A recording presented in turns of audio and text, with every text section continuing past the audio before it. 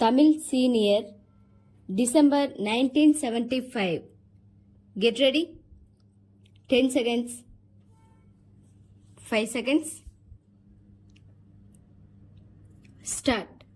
மதிப்பிற்குரிய பேரவை தலைவர் அவர்களே, இந்த அவையின் முன் கல்வி சுகாதார அமைச்சர் அவர்களால் வைக்கப்பட்டிருக்கின்ற கல்வி மானியத்தின் மீது என்னுடைய கருத்துக்களை கூற விரும்புகிறேன்.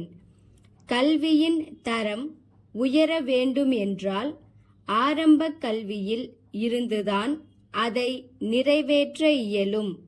அந்த கல்வியை வலிவுடனும் பொலிவுடனும் போதிப்பவர்கள் நல்ல முறையில் இருந்தால்தான் கல்வியின் தரம் உயரும். ஆகவே ஆரம்ப கல்வி ஆசிரியர்களுக்கு நல்ல வகையில் ஊதியம் அளிக்க வேண்டும் என்கிற கோரிக்கையை நான் இந்த அவை முன் வைக்க விரும்புகிறேன்.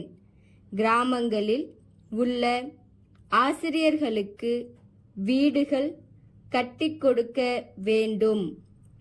பிராந்திய மொழிகள் அந்தந்த மாநிலங்களில் போதனா மொழியாக வேண்டும் என்பதில் நான் மிகுந்த ஆர்வம் கொண்டவன். தமிழ்நாட்டை பொறுத்தவரையில் தமிழை போதனா மொழியாக்குவதில் 2 நிலைகள் இருக்கின்றன. ஒன்று, அரசை சார்ந்த கலைக்கல்லூரிகளில் போதனா மொழியாக தமிழ் கட்டாயமாக இருப்பது. மற்றொன்று, தனியார் கல்லூரிகளில் விரும்பினால் தமிழை போதனா மொழியாக கற்றுக்கொள்ளலாம் என்பதாகும். இந்த நிலைமை இருப்பதால் தனியார் கல்லூரிகளில் படிக்க மாணவர்கள் ஆர்வம் அதிகம் காட்டுகின்றனர். மேலும் அரசு கல்லூரிகளில் படித்தால் தமிழை போதனா மொழியாக ஏற்றுக்கொண்டு தங்கள் வளர்ச்சி குன்றிவிடுமோ என்று மாணவர்கள் ஐயப்பாடு கொள்கின்றனர்.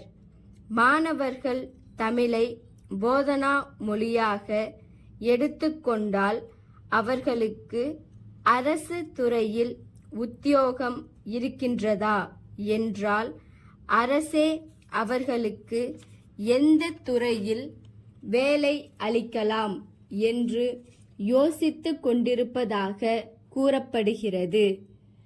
அரசே இப்படி அவர்களை இரண்டாந்தர மாணவர்களாக கருதினால் தமிழ் போதனா மொழியாக வளர்வது எந்த வகையில் முழுமையாக சாத்தியமாகும் என்பது எனக்கு விளங்காமல் இருக்கிறது. ஆனால் நான் உறுதியாக சொல்வேன், இந்த தலைமுறையில் இல்லாவிட்டாலும் அடுத்த தலைமுறையிலோ அல்லது ஒரு நூற்றாண்டு காலத்திற்குள்ளோ தமிழ் ஆட்சி மொழியாக போதனா மொழியாக நிச்சயம் வந்து தான் தீர வேண்டும். கல்வித்துறை மூலம் இந்த அரசாங்கத்தால் வெளியிடப்படுகின்ற புத்தகங்களில் பல பிழைகள் இருக்கின்றன. புத்தகங்களே பிழையாக இருந்தால் மாணவர்கள் எப்படி சரியாக கல்வி கற்க முடியும்? அரசாங்கத்தால் வெளியிடப்படும் புத்தகங்களை பிழையில்லாத முறையில் வெளியிட அரசாங்கம் முயற்சி எடுத்துக்கொள்ள வேண்டும். கல்லூரிகளிலே இடம் கிடைப்பது இன்று மிகவும் அரிதாக இருக்கிறது. வசதி உடையவர்களுக்கும் செல்வாக்கு உடையவர்களுக்கும் மட்டும் தான் இடம் கிடைக்கிறது. சாதாரண மாணவர்களுக்கு இடம் கிடைப்பதில்லை. இதையெல்லாம் அரசு கருத்தில் கொண்டு அனைத்து கல்லூரிக்கும் மாணவர்களை தேர்ந்தெடுக்க ஒரு குழு ஒன்றை நிறுவி ஒவ்வொரு கல்லூரிக்கும் தேவையான மாணவர்களை தேர்ந்தெடுக்க வேண்டும் என்று கேட்டுக்கொள்வேன். மாணவர்களின் பொது அறிவு வளர நூல் நிலையங்கள் மிகவும் அவசியம். அதற்கு இன்றைக்கு இருக்கும் நூல் நிலையங்களின் எண்ணிக்கை போதாது. பெரிய அளவில் பணம் ஒதுக்கி கூடுதலான நூல் நிலையங்களை அமைக்க வேண்டும் என்று உங்களை கேட்டுக்கொள்கிறேன்.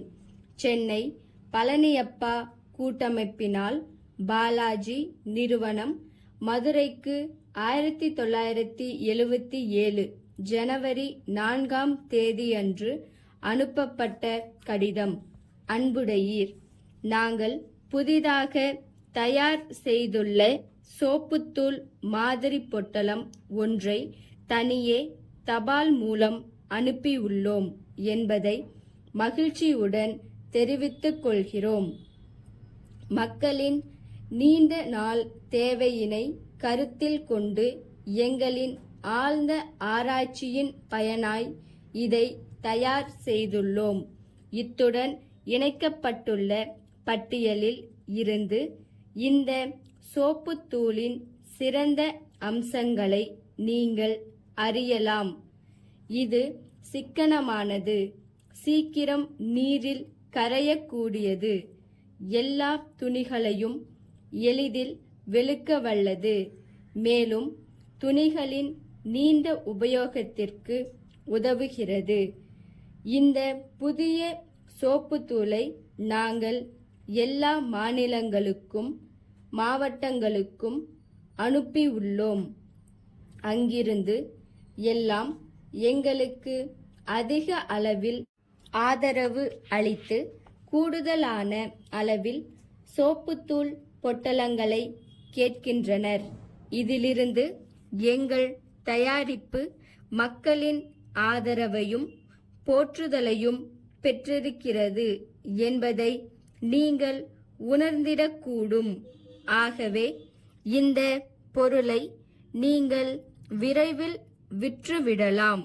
தங்கள் உண்மையுள்ள ஸ்டாப்.